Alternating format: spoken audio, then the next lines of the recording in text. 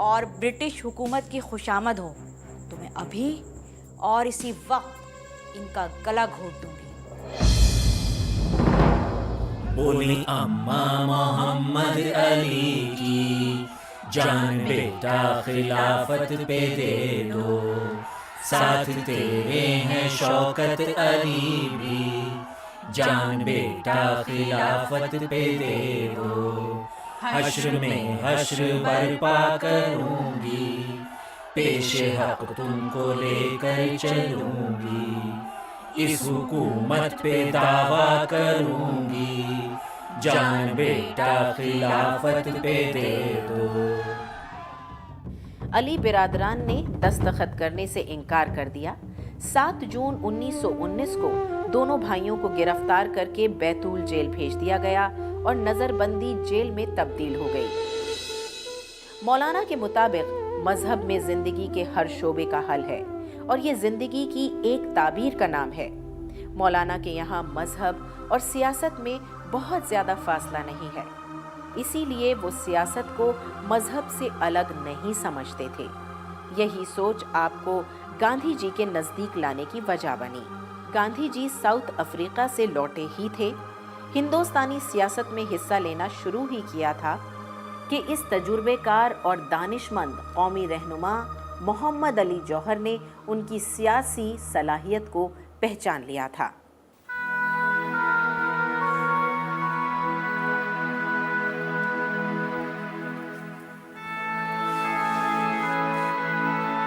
السلام علیکم۔ وعلیکم السلام۔ بیٹھو خلیق، سب خیریت ہے؟ جی جی۔ یہ لو، یہ پڑھو۔ سیاست کو مذہب سے الگ نہیں کیا جا سکتا۔ اگر میں بغاوت کے حق میں ہوں گا تو اعلانیہ اپنے خیال کا اظہار کروں گا اور ڈنکے کی چوٹ پر کروں گا۔ یہ تھی کلکتے میں طلباء کو دی گئی موہن داس کرم چند گاندھی کی تقریر۔ اس شخص کے خیالات میرے خیالات سے یکسانیت رکھتے ہیں۔ جلد سے جلد اس آدمی سے رابطہ قائم کرو، کیونکہ یہی وہ فرد واحد ہے جو ہمارے کام کا ہو سکتا ہے۔ جنگ عظیم میں ترکی اور برطانیہ ایک دوسرے کے خلاف نبرد آزما تھے۔ ترکی کے سلطان مسلمانوں کے خلیفہ سمجھے جاتے تھے۔ ترکی کی سالمیت خطرے میں تھی۔ اس کے علاوہ اگر انگریزی خیال یا تہذیب و تمدن اور ان کی لابی کا کوئی شخص ترکی کا سربراہ بن جاتا تو انگریزوں کی قوت اور بڑھتی اور اس طرح انگریز کے پیر ہندوستان میں اور مضبوطی سے جم جاتے۔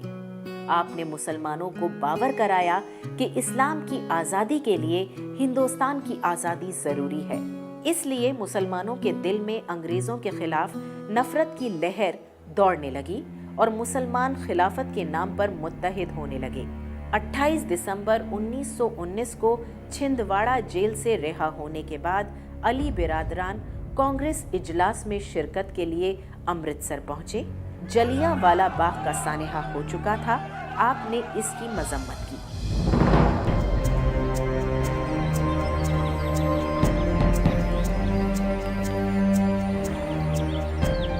May I come in, sir? Yes. Be seated, please. Thank you, sir.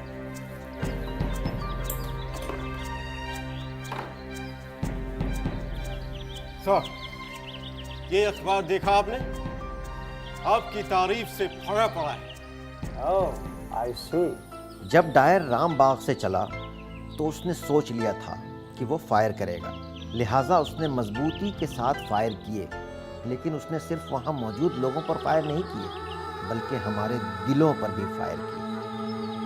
یہ وہ آدمی ہے جسے میں پرسنلی جانتا ہوں، میرے ساتھ آکسفورڈ میں تھا، انٹر میں مجھ سے ملا تو پوچھنے لگا کہ تمہاری طرح جاب کروں یا نیوز پیپر نکالوں۔ I found him interested in bringing out the newspaper, so I said, go ahead with the newspaper. قسمت کے ستم ظریفے، دیکھیے اس کے کرٹیسزم کا سینٹر میں میں ہی بنا رہتا ہوں۔ 1919 میں امرتسر میں آپ کانگریس کے ڈیلیگیٹ بنے اور یہیں پر خلافت ریزولوشن پاس ہوا۔ گاندھی جی کے خلافت تحریک میں شامل ہوتے ہی بہت سے ہندو اس میں آ گئے اور بہت سے مسلمان کانگریس میں شامل ہو گئے۔ تحریک خلافت کے ساتھ ہی تحریک عدم تعاون کی شروعات ہوئی اور پھر دونوں تحریکیں ایک دوسرے میں ایسی ضم ہوئیں کہ انگریزی اقتدار کی چولیں ہلا دی۔ 8، 9، 10 جولائی 1921 کو کراچی میں مولانا محمد علی جوہر کی صدارت میں خلافت کانفرنس منعقد ہوئی۔ اس کانفرنس میں آپ نے ہندوستانی مسلمان سپاہیوں کا انگریزوں کی فوج میں شامل ہو کر ترکی کے خلاف بندوق اٹھانا حرام قرار دیا۔ اس الزام میں 160 131 تعزیرات ہند استغاثہ دائر کیا گیا۔ آپ کو 2 سال کی قید ہوئی۔ آپ کی پوری زندگی قوم و ملک کے لیے وقف رہی۔ آپ لکھتے ہیں، جو شخص 2-3 دن بھی میرے پاس رہا ہوگا وہ بھی کہہ سکے گا کہ میں دن رات کے 24 گھنٹے میں سے کتنا وقت اہل و عیال کے درمیان صرف کرتا ہوں۔ کئی دن گزر جاتے ہیں اور بچوں کی شکل تک دیکھنے میں نہیں آتی۔ خلافت اور ترک مبالات تحریکوں میں آپ ایسا مصروف ہوئے کہ مہینوں گھر کا رخ نہ کر سکے۔ اس دوران آپ کی صاحبزادی آمنہ بہت بیمار پڑ گئیں۔ بیٹی کی بیماری کا تار آپ کو موصول ہوا، لیکن تب بھی قومی و ملی مسائل میں آپ ایسا الجھے رہے کہ گھر نہیں پہنچ پائے۔ بسم اللہ الرحمن الرحیم، قل واللہ احد اللہ الصمد لم یلد ولم یولد ولم یکن لہ کفوا احد۔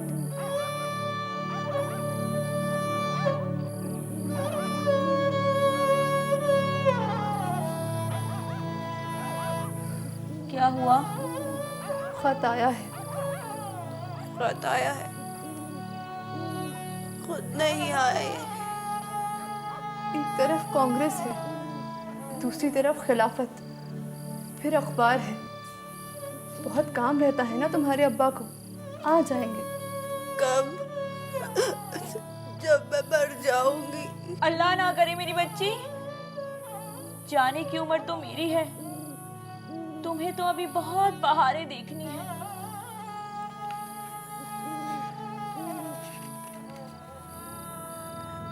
میں ہوں مجبور، پر اللہ تو مجبور نہیں۔ یا تجھ سے میں دور سہی، وہ تو مگر دور نہیں۔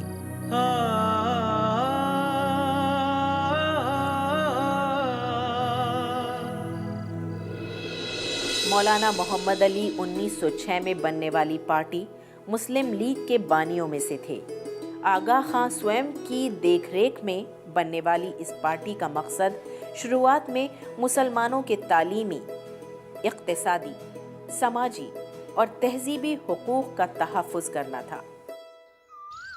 مسلمانوں کے لیے مناسب ہے کہ ہندوؤں کے ساتھ شریک ہو کر ہندوستان کو آزاد کرائیں۔ ہندوستان میں بلا شبہ کچھ اقلیتیں ضرور ہیں، اور یقیناً ہم کو ان کے لیے ایسا انتظام کرنا چاہیے کہ وہ محسوس کریں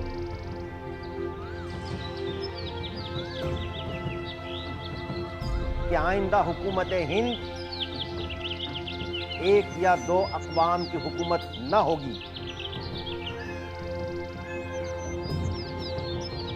بلکہ تمام ہندوستانیوں کی حکومت ہوگی۔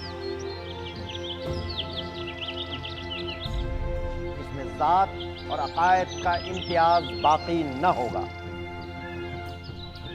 خدا نے ہمیں ویسا ہی آزاد پیدا کیا ہے جیسا کہ جارج پنجم کو۔ ہندوستان کو آزاد ہونے دیجیے تاکہ کوئی شخص آئندہ کسی ہندوستانی مرد اور عورت کے بارے میں یہ نہ کہے کہ تو پیدائشی غلام ہے۔ آپ ذیابیطس کے مریض تھے۔ اپنی سخت علالت کے باوجود ملک کو آزاد دیکھنے کی خواہش سے مجبور ہو کر آپ لاغری کے باوجود 1931 میں لندن میں ہونے والی گول میز کانفرنس میں حصہ لینے گئے۔ لارڈ ارون ایک طرف تو آپ کو علاج کے لیے مسوری بھیجتے ہیں اور دوسری طرف کہتے ہیں لندن جا کر کانفرنس میں شرکت کریں۔ کیوں؟ وہ جانتے نہیں کہ آپ کھڑے بھی نہیں ہو سکتے۔ میری صحت کی ناسازی اور ہر طرف سے میری مخالفت کے باوجود اگر ایروین چاہتے ہیں کہ میں اس کانفرنس میں شرکت کروں تو ضرور خاص بات ہوگی۔ لیکن آپ کی صحت… کچھ مت کہیے، میں ساری زندگی کام کے لیے زندہ رہا اور اس وقت کام سے منہ موڑنا ایسا ہی ہے جیسا کہ بزدل کرتے۔ آپ اسٹریچر پر لیٹ کر انگلستان گئے۔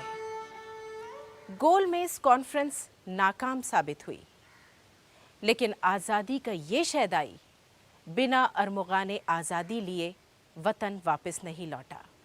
ہے رشک ایک فلک کو جوہر کی موت پر، یہ اس کی دین ہے جس کو پروردگار دے۔ کہاں گئے وہ لوگ جن کی قلم کا لوہا تلوار کی دھار سے زیادہ تیز تھا؟ مولانا محمد علی جوہر کے پرجوش قلم کو سلام۔ وہ صورتیں نہ جانے کس دیس بستیاں ہیں، اب جن کے دیکھنے کو آنکھیں ترستیاں ہیں۔